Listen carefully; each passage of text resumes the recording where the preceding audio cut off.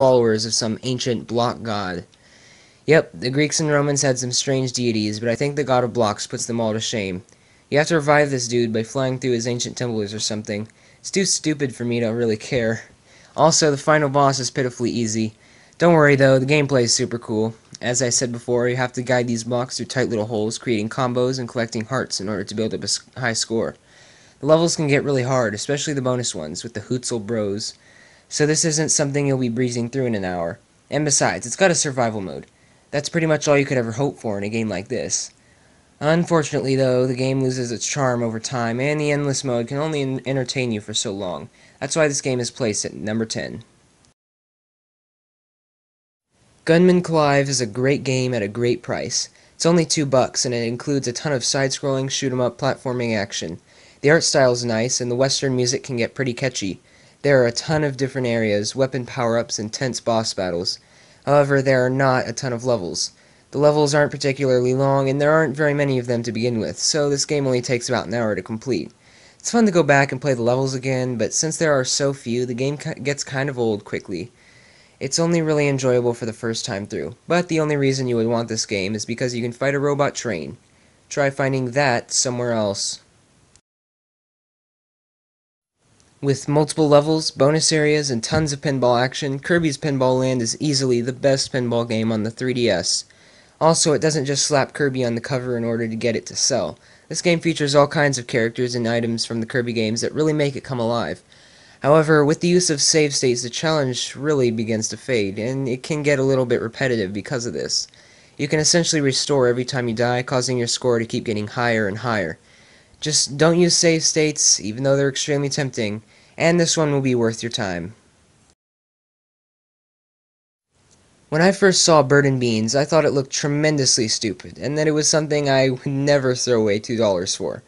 You know, that one kind of game that hides in the dark corner of the eShop that you know is bad just by looking at the icon for it. Yeah, you know that one. However, I did end up getting it through Club Nintendo, and I'm glad I did. Beans are falling down from the sky, and you must eat as many as you can without getting hit by one. You must do all of this with a tongue that can eat only at an angle of 45 degrees. It gets pretty hard as it goes on. More beans come, the game speeds up, and floor tiles get destroyed more often, as they disappear when hit by a bean. The game keeps track of your high score, causing a great sense of accomplishment when you beat it.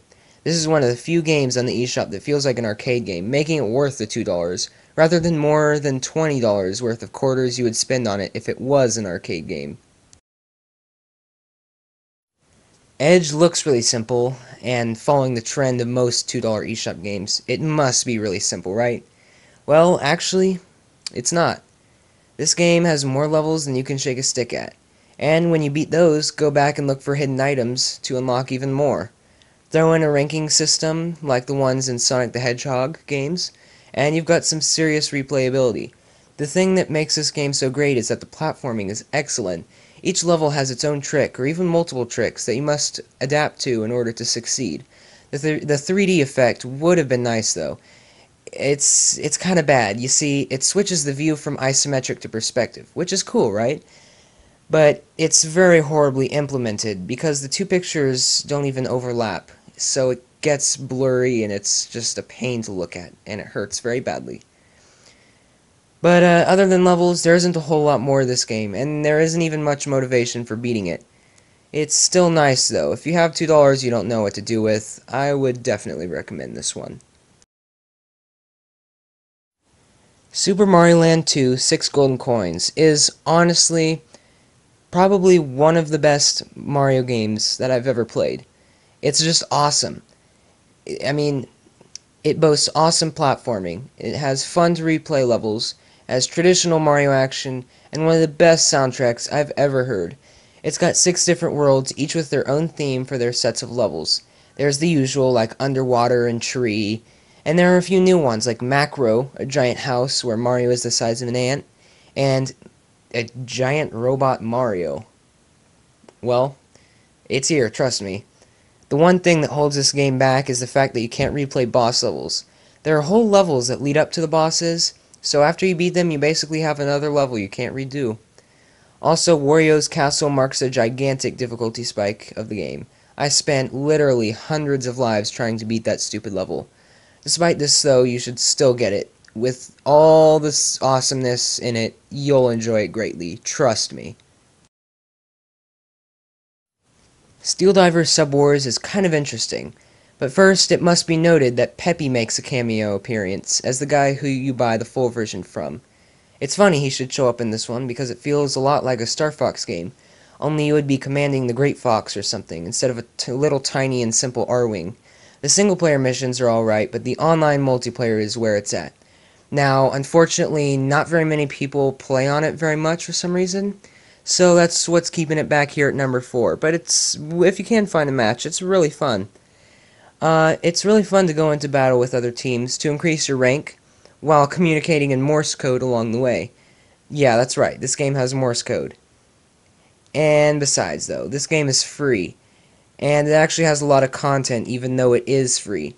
You can get even more content if you fork over $10. I mean, just get it. It's free.